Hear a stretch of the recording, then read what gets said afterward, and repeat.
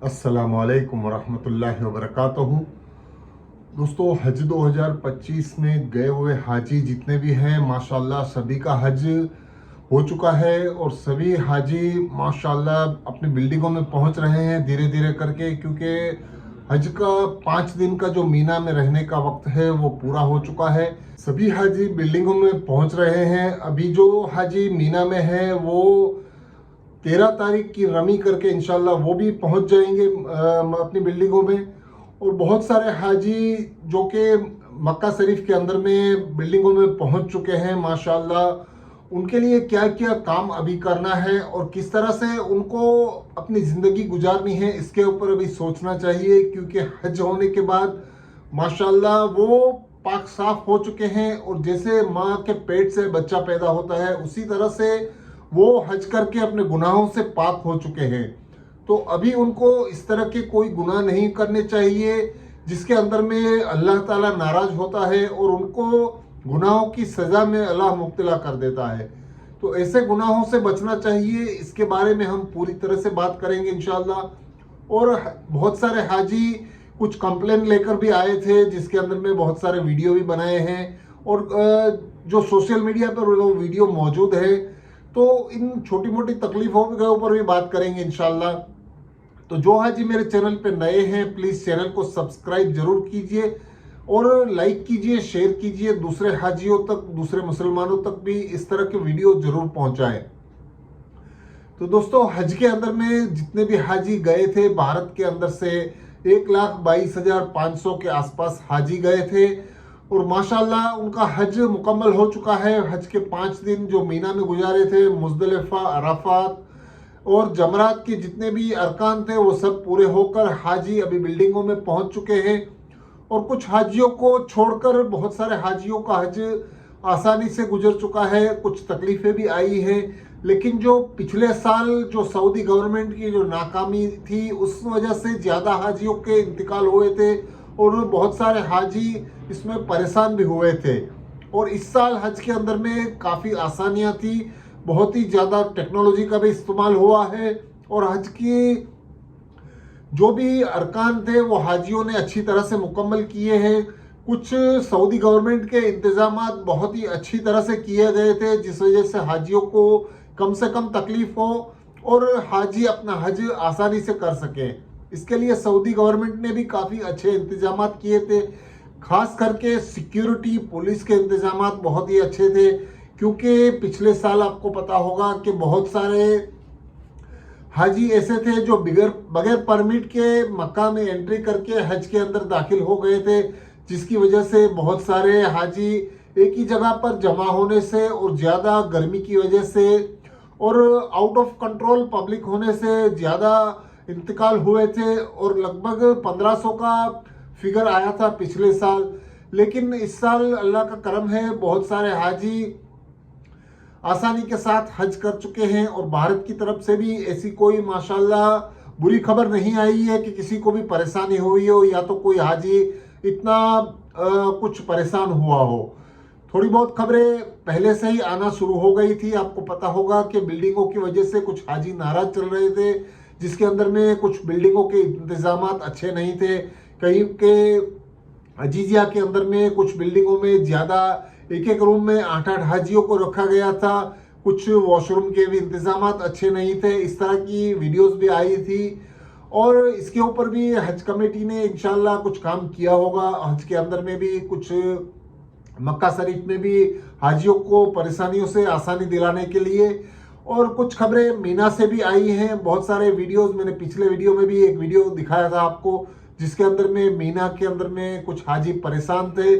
उनका कहना यह था कि उनके 300 हाजी एक ही बिल्डिंग के जब टेंट में पहुंचे मीना के अंदर में तो वहां पे सिर्फ सोने का 200 आदमियों का इंतजाम था और जब बात करनी चाहिए उन्होंने मौलिम से या तो हज कमेटी के जिम्मेदारान से, तो कोई जवाब देने वाला नहीं था। और ज़्यादा मेहनत करके कोशिश करके जब उन्होंने मौलिम को बुला के जब गिनती करवाई तो 100 आदमी कम से कम ऐसे थे जिनके पास सोने के लिए बैठने के लिए जगह नहीं थी। तब उनका कहना यह था कि आप 200 गद्दों के अंदर में 300 आदमी एडजस्ट कर लीजिए। और किस तरह से एडजस्ट होगा, क्योंकि औरतें मर्द सभी के लिए ये मुश्किल का काम है और इस तरह से हाजियों को काफ़ी परेशानी भी झेलनी पड़ी।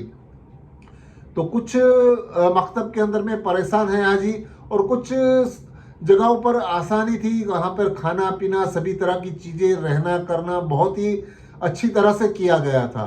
यानी जितने भी हाजी परेशान थे उन्होंने कुछ वीडियोस बना के सोशल मीडिया पे भी डाले हैं और हज कमेटी तक पहुंचाने की कोशिश भी की है।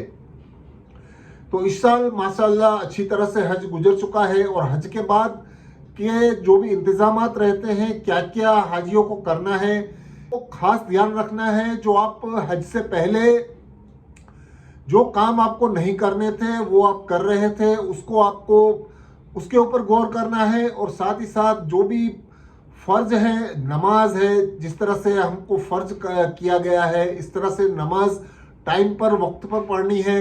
सुन्नत रसूल, कई लोग दाढ़ी मुंडवा देते हैं, हज के बाद भी कई लोग ऐसे हैं कि जो क्लीन शेव कर लेते हैं। ऐसे लोगों को अपनी ज़िंदगी पर सोच विचार करना है और इस तरह से अपनी ज़िंदगी में आगे कम से कम गुनाह हो और अल्लाह की तरफ अपना रुजू कर लेना है। और हाजियों को 40 दिन तक हाजियों की दुआएं कबूल होती हैं। इस बात का खास ख्याल रखिए कि वो बुरे काम या तो कोई ऐसी चीज़ों को, ऐसे गुनाहों को ना करे जिससे अल्लाह नाराज हो।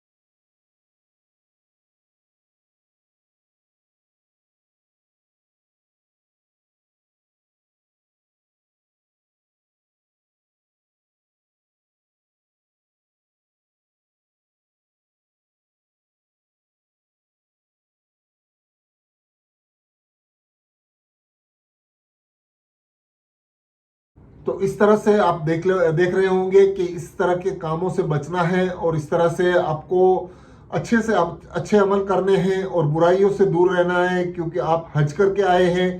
तो इस चीज़ का खास ख्याल रखना है कि आप हाजी हो चुके हैं और हाजी कहलाना एक बहुत बड़ी बात है, क्योंकि अल्लाह ताला उनको ये बुलाता है जिसको अल्लाह ताला पसंद करता है। क्योंकि बहुत सारे लोग ऐसे भी होते हैं दुनिया में जिनके पास बहुत सारा पैसा होता है लेकिन अल्लाह की तरफ से उनको तौफीक नहीं मिलती, तो वो हज करने के लिए नहीं जाते हैं।